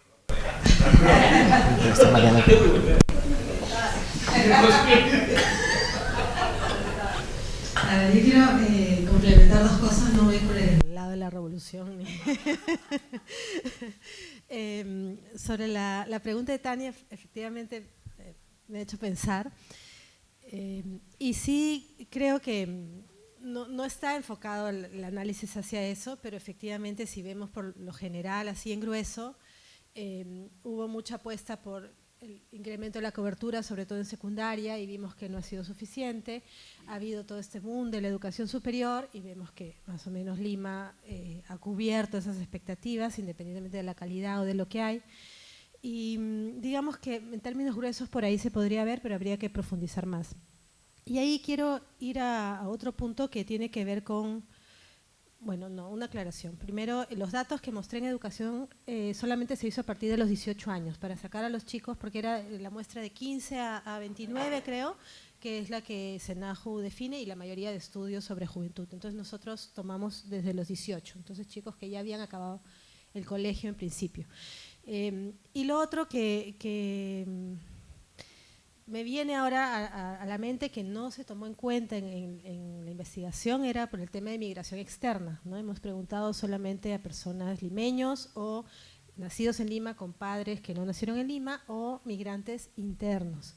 Y aquí Lima, el desafío que tiene ahora es a nivel de migración, y ya mirar interno e externo es como lo mismo. Es una ciudad que recibe gente, que se mueve gente, gente que entra, que sale, que viene y vive, y Lima no está dando la respuesta o a la altura de lo que realmente se necesita. Y esto lo comento, seguramente ya después vas a comentar un poquito más, a nivel de lo que ha hecho la Dirección Regional de Lima Metropolitana con el proyecto de Lima Aprende, que fue generar una segunda matrícula para que los chicos venezolanos ingresaran a las escuelas y no perdieran el año escolar. Y la sorpresa que se lleva la Dirección Regional de Lima es que de 10 chicos, 4 eran limeños, que estaban fuera del sistema, se habían quedado fuera del sistema. Entonces lo que hace la Dirección Regional de Lima es decir, ¿qué servicio estamos dando? Que hay chicos que no están entrando. Es porque no es suficiente la cobertura, es porque no estamos dando una matrícula flexible, y se están empezando a cuestionar a nivel del servicio. Entonces, sí hay, digamos, si bien los chicos de Chile nos ponen enfrente de que en cualquier momento puede estallar la revolución en las protestas, los chicos venezolanos y la migración venezolana también nos pone un tema enfrente como ciudad de que estamos, bueno, como país, y en el caso de Lima es más evidente qué está pasando. Y eso, si hemos visto solo limeños, claro, tenemos el acceso, la educación superior, y creo que viene también con el tema del trabajo, que ahí Carlos nos ha mencionado algo de que el sueño que se vende o que se dice realmente no es, ¿no? En la ciudad más importante del país. Solo una cosa chiquita. En el caso de ingresos laborales, tenemos que la dispersión del ingreso laboral no solo es mayor. O sea, el ingreso laboral no solo en promedio es mayor en Lima Centro, sino que la dispersión también es mayor. Y esto está muy asociado con que la dispersión de la educación también es mayor. En Lima Centro tienes jóvenes con posgrado, con educación universitaria, superior no universitaria, incluso algunos por ahí con primaria. Entonces, si bien creo que es importante analizar en mayor detalle las diferencias entre las zonas de Lima, dejando de lado Lima Centro, creo que también el camino puede ir por qué tipo de ocupación hay en distintas zonas. Yo recuerdo que en Lima Cercado una ocupación que resaltaba era ser vendedor, y ahí se me ocurrió Gamarra, por ejemplo, o La Parada, en ese tiempo, bueno, más o menos. Entonces todas estas zonas comerciales que me imagino que piden mucha mano de obra de jóvenes, tienen una influencia en ese dato. Bacán. Sí, lo que dice Marisa es bien importante, ¿no? Hay que conocer un poco más las dinámicas de Lima Sur. Por supuesto, ahorita todo está en hipótesis, ¿no? En el documento no entramos ahí en específico. Lo que se me viene a mente, ¿no? para contextualizar estos cambios, ¿no? En barrios pues, que tenían una cierta forma de vida, modo de vida, ¿no? Paradigma de vida, y que eso desaparece, es toda esta literatura en torno a los ex cinturones rojos de Europa, ¿no? En el sur de Madrid, en el norte de Francia, ¿no? Donde la gente pues, era pues, comprometida, ¿no? Con una forma de ver las cosas, con el asociacionismo de izquierda, ¿no? Y eso decae, ¿no? Y ahora es Vox, y ahora es la ultraderecha y todo eso, ¿no? Entonces creo que por ahí podemos encontrar algunas respuestas ciertamente contextualizadas al caso peruano, ¿no? Pero ahí todo está por escribirse, creo yo, ¿no? Ese es un tema bien interesante para el caso de Lima Sur, ¿no? Y respecto a lo que comentaba Hernán, no, por supuesto no voy a discutir sus años de experiencia en este tema, así que lo tomo muy presente lo que nos cuenta. Claro, creo que la pregunta de interés en la política siempre es un poco tramposa también, ¿no? Es un poco engañosa, ¿no? Porque claro, ahora preguntamos interés en la política y ¿qué política? ¿La de la Bajato, los codinomes? Va a salir 5, 6, 4% probablemente, ¿no? Si preguntamos así en abstracto, ¿no? Porque esa es la pregunta que se hace además, ¿no? Interés por la política. Claro, ¿no? Creo que es mucho más interesante saber, digamos, interés en informarse de la política, capacidades para entender la política. Creo que eso nos da un dato más fino, más interesante sobre hasta qué punto un joven tiene la oreja parada, escuchando lo que está sucediendo a su alrededor y haciéndose una valoración sobre estos temas, ¿no? Creo que eso es realmente lo importante, ¿no? Y creo que ahí, nuevamente, mi discurso más positivo, si se quiere, ¿no? Obviamente aquí no se ha preguntado, bueno, se ha preguntado en esta encuesta, eso sí, sobre las capacidades para entender la política, ¿no? Esa pregunta se hizo, no está en el documento, pero no está en la exposición, ¿no? Y claro, ahí había un 30 y algo %, un poco más elevado en el Callao, que decían no tengo capacidades para entender la política. Se le pregunta, la política es algo tan complejo que no llego a entenderlo, es la frase que se puso a consideración, ¿no? Pero había un 60 que decía sí tengo capacidades para entenderlo, sí tengo capacidades para hacerme una evaluación sobre este tema, ¿no? Yo creo que por ahí, más en el tema de informarse, ¿no? ¿Qué tan abierto estás a escuchar sobre política? Ahí está realmente, creo que de ahí puede salir más bien el dato positivo, ¿no? Yo entiendo que si alguien dice no quiero saber nada de la política, pues sus valoraciones van a ser sin evidencia, como se dice ahora, van a ser más pasionales, ¿no? Si lo obligan a votar, sobre todo como en el Perú, ¿no? Pero creo que es eso, ¿no? Es más que el interés declarado, porque efectivamente se puede entender muchas cosas de un interés declarado, es la capacidad de informarse, de escuchar, ¿no?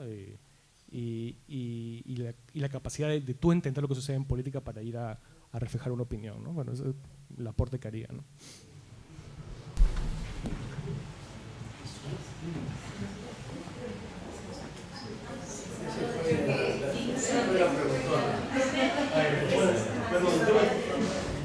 Bueno, intervenir, pero en realidad disculpen porque me tengo que ir. Así que, pero no, quiero decir que si bien tú dices que yo no le tengo mucho entusiasmo a los temas de la juventud, es porque casi siempre los estudios de la juventud y los discursos de autoridades son más o menos los mismos, ¿verdad? Es los problemas de socialización, los problemas de trayectoria, los problemas de estabilidad laboral y bueno. Yo creo que esta investigación o las 4 investigaciones son un buen diagnóstico, pero si eso les conforma, bueno, para mí sería un maravilloso punto de partida. Y sí creo que estamos ante un cambio cultural profundo, mucho más álgido en sus manifestaciones que los que describieron todas las demás generaciones. Independientemente de que sea milenio, que es un ejercicio, una casualidad estadística, ¿verdad? O numerológica. Primero, estamos ante un cambio cultural global que tiene que ver con cambios en valores, con culturas que fomentan el miedo, con culturas que fomentan la desconfianza. Y no solo en el Perú. Tenemos identidades laborales que sabemos que van a ser frágiles, precarias, inestables. Y va a surgir el problema famoso de la empleabilidad, la cual sí tiene que ver con decisiones públicas. Se puede resolver de estilo inextemple, que es dominada, totalidad, diría el instituto, o se pueden resolver por los estados. Eso tiene que ver con las decisiones públicas, si es que son conscientes de ese fenómeno. Pero también cuando estudiamos la juventud, no tenemos que hacer un razonamiento prescriptivo, pero sí tenemos que imaginar cuáles van a ser las trayectorias ocupacionales que van a tener, que van a ser absolutamente quebradas y que no van a tener nada que ver con las trayectorias que tuvieron las generaciones anteriores, de una manera mucho más marcada que, yo diría, que en todo siglo XX, ¿verdad? La otra cosa que tenemos que pensar de nuevo, todo el tema de las instituciones.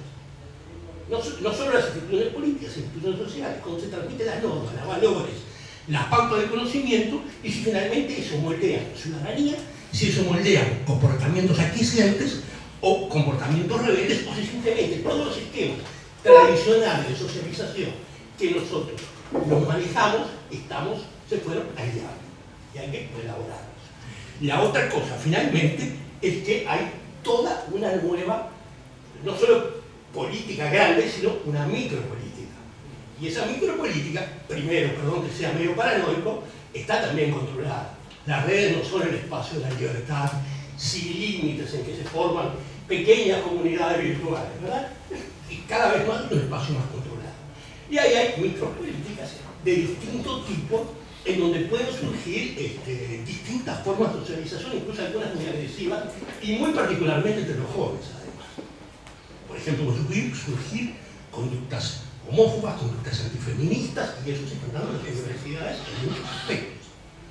Y finalmente, bueno, y entonces me parece que hay un cambio que no solo es económico, sino que es un cambio cultural que sí, a partir de que este trabajo nos tiene que servir para desarrollar esos aspectos, porque si no hacemos el mismo artículo, repetimos el mismo artículo al infinito de todos los estudios de juventud que más o menos dicen, tratan los mismos sistemas que ustedes.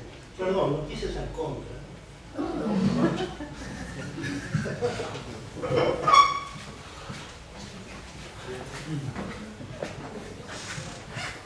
Voy a ponerme aquí un poco para poder ver la mesa. Buenas tardes ya. He acudido aquí con mi colega candidatos al Congreso y nos parece que en este contexto es muy importante el aporte que hace el Instituto de Estudios Peruanos, porque nos tenemos que enmarcar un poco en ciertos aspectos.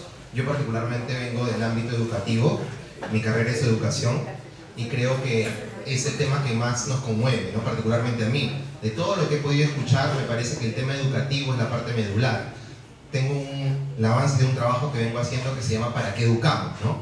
Que tiene este sentido de, a ver, a un peruano normal, común y corriente, joven, particularmente, se le ha enseñado lenguaje durante 13 años y no sabe hablar. Imagínense que alguien vaya al IGNA 13 años a estudiar inglés, ¿cómo saldría hablando?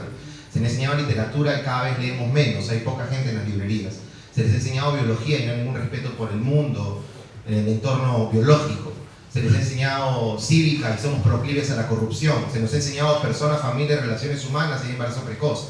Entonces hay una, digamos, amplia diferencia entre lo que se nos enseña y en lo que practicamos como sociedad, como juventud. Entonces yo creo que el Instituto de Estudios Peruanos bien podría plantear algo respecto al sistema educativo. Yo creo que los jóvenes del colegio no creen ya en el cuaderno, no creen ya en la pizarra, no creen ya en el sistema en general. Entonces, ¿qué hacer que cuando un peruano, ¿no es cierto?, a nivel mundial tiene un promedio de tercer grado de secundaria? Es decir, en nuestro desarrollo a nivel de la región es de una persona de tercer grado de secundaria. Entonces, estamos hablando de muchas políticas bien interesantes respecto a la juventud, pero si seguimos egresando ese sistema educativo, creo yo, que nos ensambla en un modelo que ya la gente no cree, ¿qué hacer?, ¿no? Me parece que ahí hay un comentario que quisiera de pronto escuchar, repito, respecto no a la educación, que la educación sea mala, sino al sistema educativo y respecto a la currícula que se está empleando, ¿no?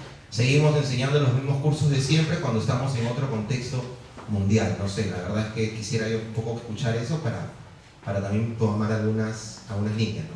Gracias. Gracias. Vamos a terminar con unas palabras de Ricardo.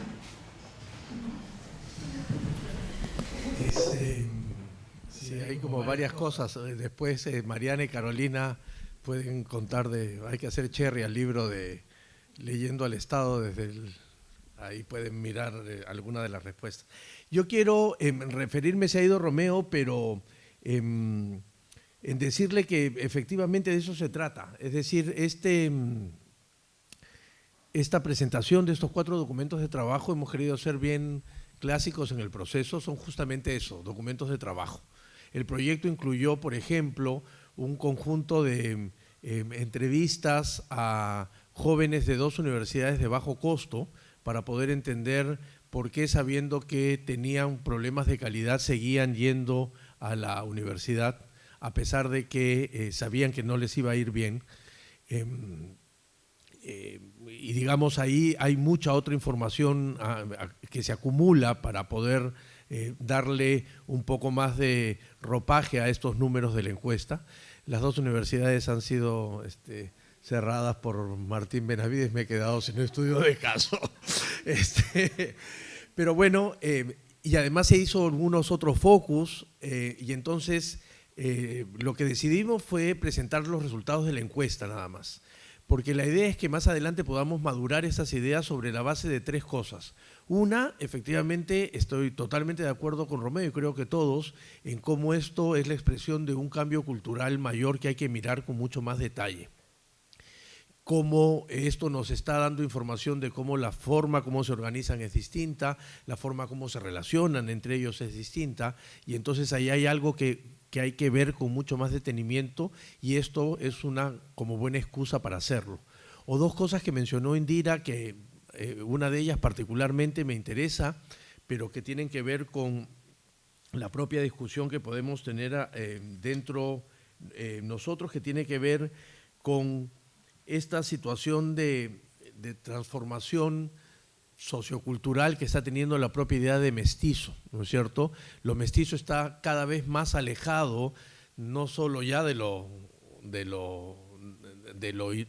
la situación étnica, sino también de la situación cultural, para ver más o menos cómo mestizo y urbano está haciendo más o menos lo mismo, y ahí hay una categoría interesante que habría que mirar.